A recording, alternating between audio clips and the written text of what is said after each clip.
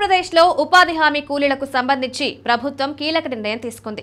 ఉపాధి హామీ పథకంలో అక్రమాలను అరికట్టేందుకు కేంద్రం కొత్త విధానాన్ని తీసుకొస్తుంది. ఇకపై ఉపాధి హామీ కూలీల ఈకేవైసీ తీసుకుని ఆధార్తో అనుసంధానం చేస్తారు. దీనివల్ల ఒకరి బదులు మరొకరు హాజరైతే యాప్ అనుమతించదు. అప్పుడు పని చేయలేరు, డబ్బులు ఇవ్వరు. అక్టోబర్ 1 నుంచి ఈ విధానాన్ని ప్రయోగాత్మకంగా అమలు చేయాలని కేంద్ర గ్రామీణాభివృద్ధి మంత్రిత్వ శాఖ నిర్ణయించింది. మొదటగా ఒక్కో రాష్ట్రంలో 2 జిల్లాలను ఎంపిక చేస్తారు. ఆంధ్రప్రదేశ్లో కర్నూలు, చిత్తూరు జిల్లాల్లో ఈ విధానం అమలు కానుంది. ఉపాధి హామీ పథకంలో చాలా అక్రమాలు జరుగుతున్నాయని ప్రభుత్వం గుర్తించింది. జాబ్ కార్డు ఒకరి పేరు మీద ఉంటే పనికి మరొకరు వస్తున్నారు. ఇలాంటి వాటిని అరికట్టడానికి ఈకేవైసీ విధానం ఉపయోగపడుతుంది.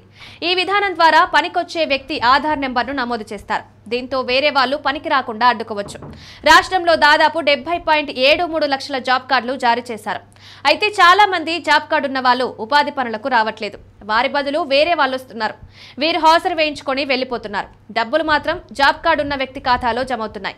ఆ డబ్బులను క్షేత్రస్థాయి సిబ్బంది, శ్రామికులు పంచుకుంటున్నారని ఆరోపణలున్నాయి. ఏపీలో కూడా గతంలో దొంగ మస్టర్ల వ్యవహారం బాగా జరిగింది. అందుకే కేంద్రం ఈ కొత్త విధానాన్ని తీసుకొచ్చింది. ఈ కొత్త విధానం వల్ల ఉపాధి హామీ పథకంలో అవినీతి తగ్గుతుందని ప్రభుత్వం భావిస్తోంది. నిజమైన శ్రామికులకు డబ్బులు అందుతాయని ఆశిస్తోంది. ఈ కేవైసీ విధానాన్ని తీసుకొస్తే ఉపాధి హామీ పనుల్లో అక్రమాలకు అవకాశమే ఉండదంటున్నారు. వాస్తవానికి ప్రభుత్వం యాప్ విధానం తీసుకొచ్చి 2 పూటల ఫోటోను అప్లోడ్ చేయాలని నిర్ణయించింది. తాజాగా ఇప్పుడు ఈ కేవైసీ విధానాన్ని తీసుకొచ్చింది. వచ్చే నెల నుంచి ఈ విధానం అందుబాటులోకి రానుంది.